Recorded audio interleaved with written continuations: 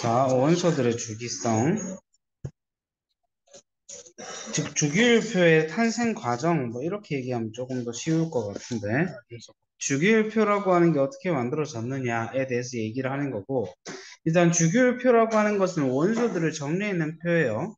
원소는 지금까지 발견된 게 한 110여 가지가 있는데, 이거 중에 90여 종은 자연에서 발견을 했는 거고, 20여 종은 인위적으로 사람이 만들어낸 거예요. 오케이? 자, 이렇게 표로 정리를 했는데 어떤 성질을 가지고 정리를 해야 죠. 어떤 규칙을 가지고. 그래서 어떻게 원소를 이렇게 나열했을 때 성질이 비슷한 원소가 주기적으로 나타나는 현상을 주기율이라 그래요. 일곱 번째마다 냄새나는 놈이 있더라. 이런 것도 주기율이에요. 그래서 그 주기율을 가지고 표를 정리하는 게 주기율표. 그래서 성질이 비슷한 원소가 주기적으로 나타나게 되겠죠. 이렇게 되면. 자, 주기율표에 대한 정리를 어떻게 해줄 수 있냐면, 데베라이너라는 IC부터 시작인데, 데베라이너 IC가 세쌍 원소설을 주장해요. 이렇게 성질이 비슷한 애들의 세 개를 가지고 와. 그리고 질량을 재보면, 항상 제일 무거운 애랑 제일 가벼운 애의 평균값이 딱 가운데, 뭔가 약속한 것처럼. 그게 세쌍 원소설이라고 그래요. 별거 없죠? 원자량 기준. 그 다음에 멘델레예프가 주기율표로만 보면 시험 문제에 제일 잘 나오는 사람인데 이 사람이 최초의 주기율표를 완성했어. 근데 원자량 순서로 배열했다라는 게 함정. 이때까지는 63종이 발견되었었는데 구스른 사람이거든. 63종을 원자량 순서로 배열해서 표를 만들어 놓은 거야. 근데 이 사람이 좀 인정이 많이 되는 부분이 뭐냐면은 발견되지 않았는 원소 를 비워놓고 이 원소는 이 정도 질량의 이런 성질을 가지고 있을 거야. 근데 그 뒤에 나중에 발견이 될 거야. 그랬는데 그게 실제로 발견돼. 그래서 예측했는 원소와 성질이 일치하는 원소가 나중에 발견되면서 얘가 많이 인정돼요. 그다음에 지금 우리가 쓰고 있는 건 모즐리 거. 모즐리가 원자 번호 순서대로 표를 정리해서 만들었는 거예요. 원자 번호는 양성자의 개수이고. 오케이? 음. 그래서 모줄리 거를 좀 다시 얘기를 해보면 주기율표에서 세로줄을 어떻게 정리를 했냐면 족 18조까지 있어요. 18번째 주기는 가로줄로서 7주기까지 있어요. 그래서 족과 주기를 결정하는 게 다 따로따로 있는데 일단은 보자고. 지금 보는 게 주기율표예요. 누리끼리 하는 색깔이 금속들, 오른쪽 위쪽에 있는 초록색이 비금속들, 그 사이에 있는 애매한 색깔이 준금속이라고 해서 금속과 비금속의 사이적인 성질을 가지고 있는 애들이에요. 그러면 1번부터 20번까지는 무조건 외워야 되는데 세로줄로 보면 1, 2, 그 다음에 13으로 넘어가지. 13, 14, 15, 16, 17, 18 이렇게 간단 말이야. 가운데 부분이 비어져 있어. 요거를 다시 한번 봅시다. 수소,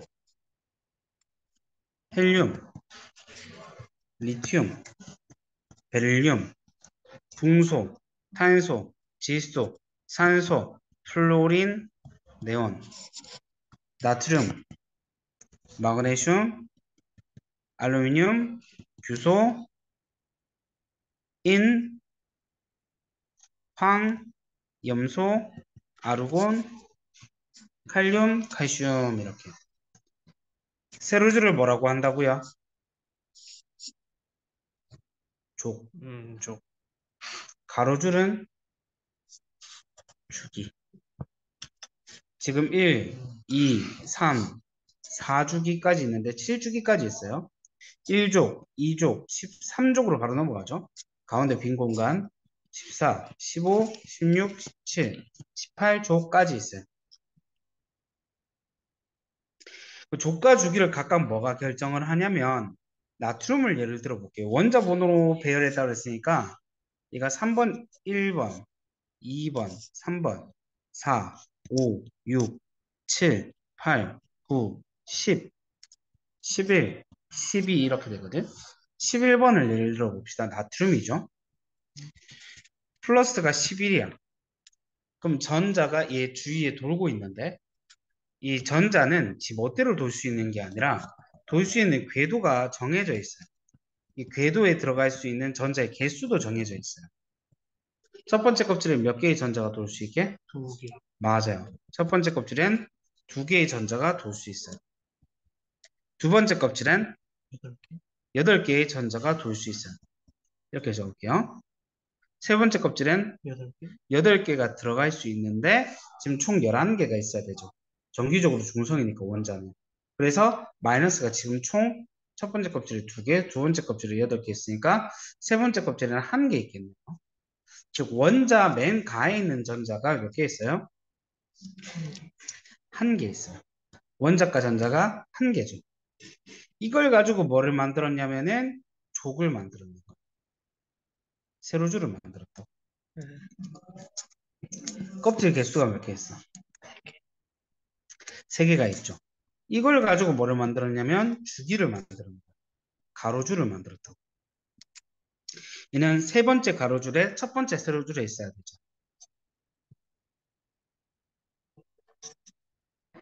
첫 번째 첫 번째 세로줄에 세 번째 가로줄 나트륨이 존재를 하고 있죠. 음, 이렇게 볼 수 있다고요. 오케이?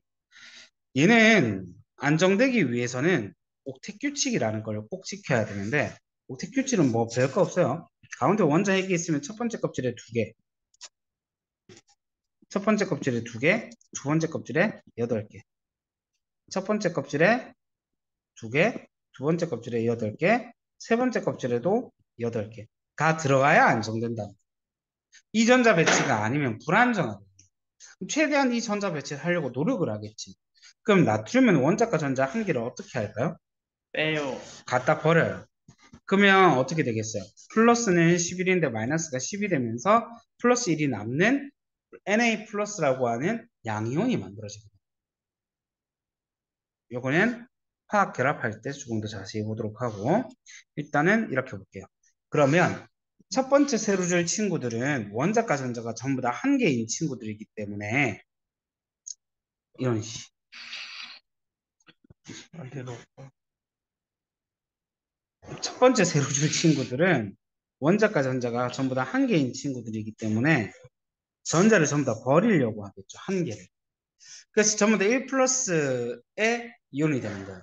그 전자 한 개를 버리는 화학 반응은 얼추 다 비슷하겠죠. 첫 번째 세로줄, 같은 세로줄에 들어가 있는 친구들은 화학적 성질이 비슷한 거예요.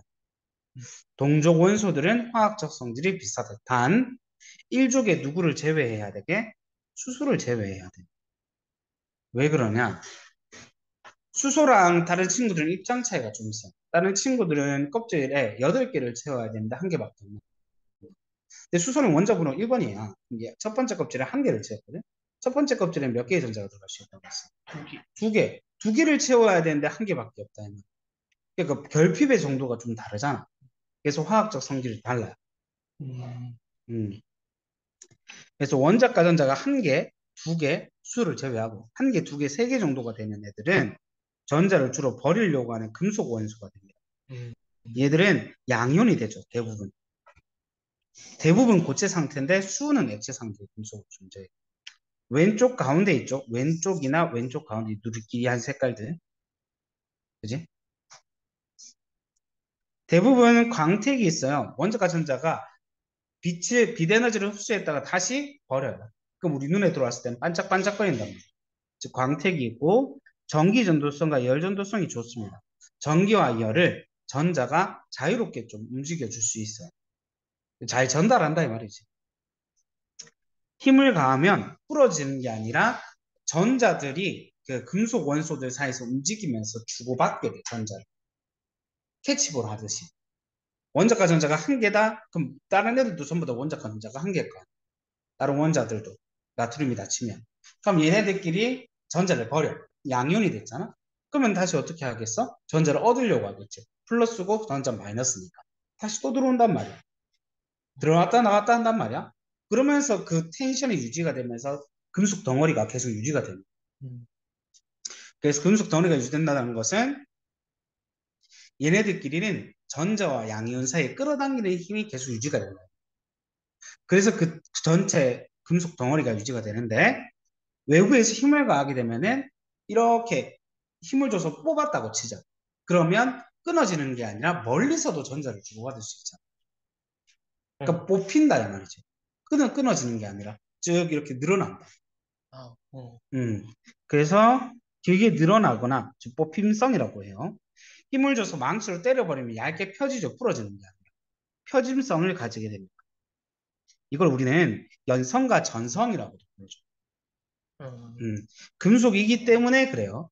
원자과 전자가 한두 세 개이기 때문에 비금속 원소들은 주로 오른쪽에 존재를 합니다.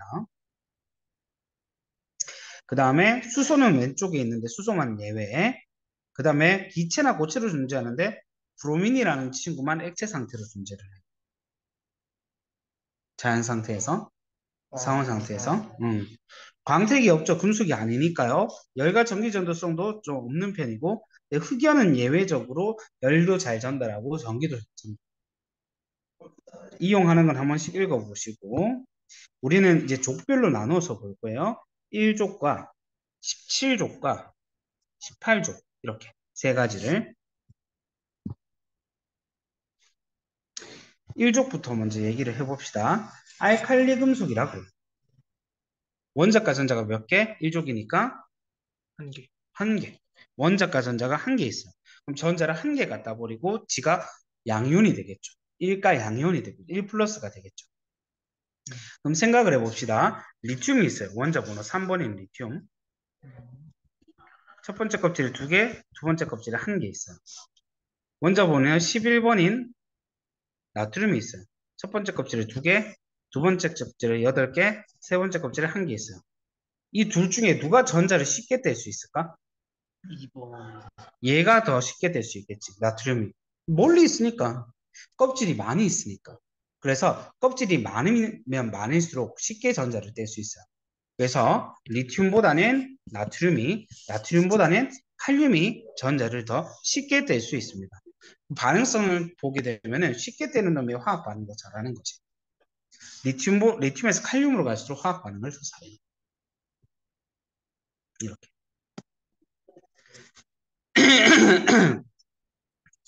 은백색의 광택을 띠고 있고 밀도가 다른 금속에 비해서 작아요. 그 칼로 잘릴 정도로 물러요. 그래서 물속에 집어넣으면 둥둥 떠요. 아, 심지어 반응성도 어마어마하게 크기 때문에 물속에 집어넣으면 물이랑 빠르게 반응을 해서 물속에 있는 H2O잖아. 거기에 있는 H들을 한 개씩 뜯어갖고 H2로 만들어서 날려버려. 쓰레기네. 수소 기체를 만든다 이 말이에요. 그러면 음, 봐봐래 H2O에서 H가 한 개 빠졌어. OH가 되죠. 음, OH-가 돼요. 수산화이온이 돼요. 음, 수산화이온이 물속에 있을 때 우리는 염기성이라고 불러요. 음. 그래서 염기성이 됩니다. 염기성을 영어로 알칼리라고 불러주거든. 물을 알칼리성으로 만들어주는 금속이다. 그래서 알칼리성 금속이라고 불러요. 반응성이 크고요. 산소랑도 잘 반응하고 물이랑도 빠르게 반응해요. 물이랑은 심지어 반응해서 열을 만들어내는데 그 열이 만들어졌는 수소 기체랑 만나서 터져버려요. 와, 폭탄처럼. 물이 빠져나가고 나서 수소가 빠져나가고 나서 그 물은 무슨 성이 된다고? 염기성, 여기서. 알칼리성이 됩니다. 수소 기체가 빠져나가고 나서.